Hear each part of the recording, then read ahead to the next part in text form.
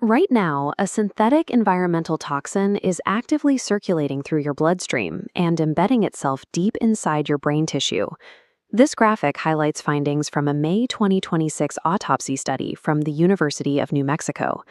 Researchers discovered that human brain tissue carries microplastic concentrations 7 to 30 times higher than organs like the liver or the kidneys. The volume of this contamination is accelerating. By examining tissue samples across an 8-year window, pathologists confirmed that the cumulative plastic burden in the human brain increased by 50%.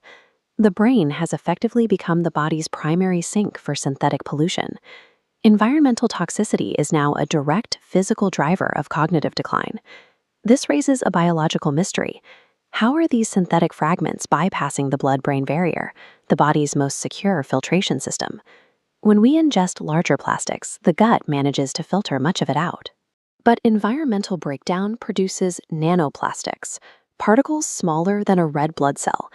At that scale, standard biological defenses fail to recognize the threat. As these nanoplastics travel through the bloodstream, they acquire a biomolecular corona. This protein layer coats the synthetic fragment, acting as a biological passport that allows it to slip through the cellular walls of the blood-brain barrier.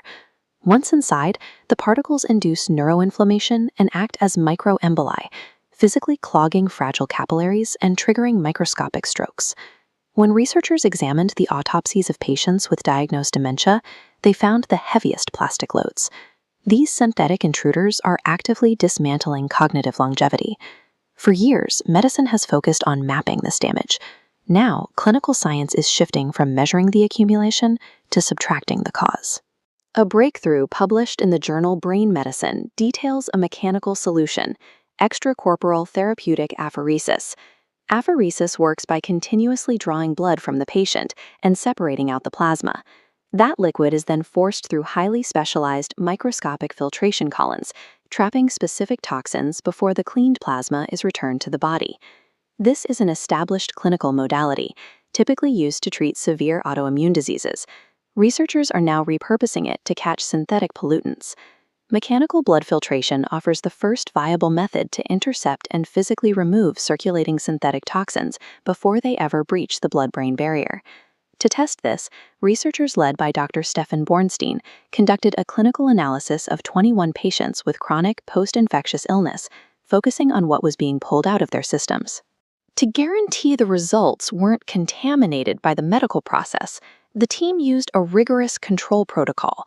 Every filter and piece of equipment was tested entirely clean prior to the procedure. Following treatment, scientists examined the waste fillet captured by the filter. Chemical signatures confirmed it contained trapped microplastic particles pulled directly from the blood.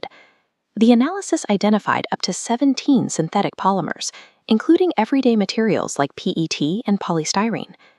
Patients undergoing these filtration cycles reported remarkable outcomes, with some experiencing a 70% improvement in their chronic fatigue and cognitive symptoms. The extraction data confirms that this process is mechanically feasible and linked to measurable improvements in human vitality. There is an irony in this process. To cleanse human blood of plastic, medicine currently relies on machines and tubing manufactured from those same materials. Because these materials are exposed to sustained pressure, the equipment itself can degrade, posing a risk of shedding microplastics back into the bloodstream it is trying to clean. To solve this, federal research agencies like ARPA-H have launched STOMP, the Systematic Targeting of Microplastics program.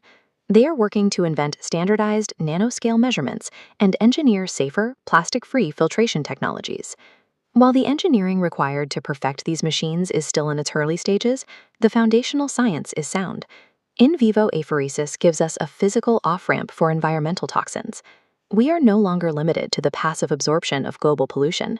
Through active filtration, we can now physically subtract the industrial fragments that our biology cannot eliminate alone. To track the emerging tools of regenerative medicine, subscribe to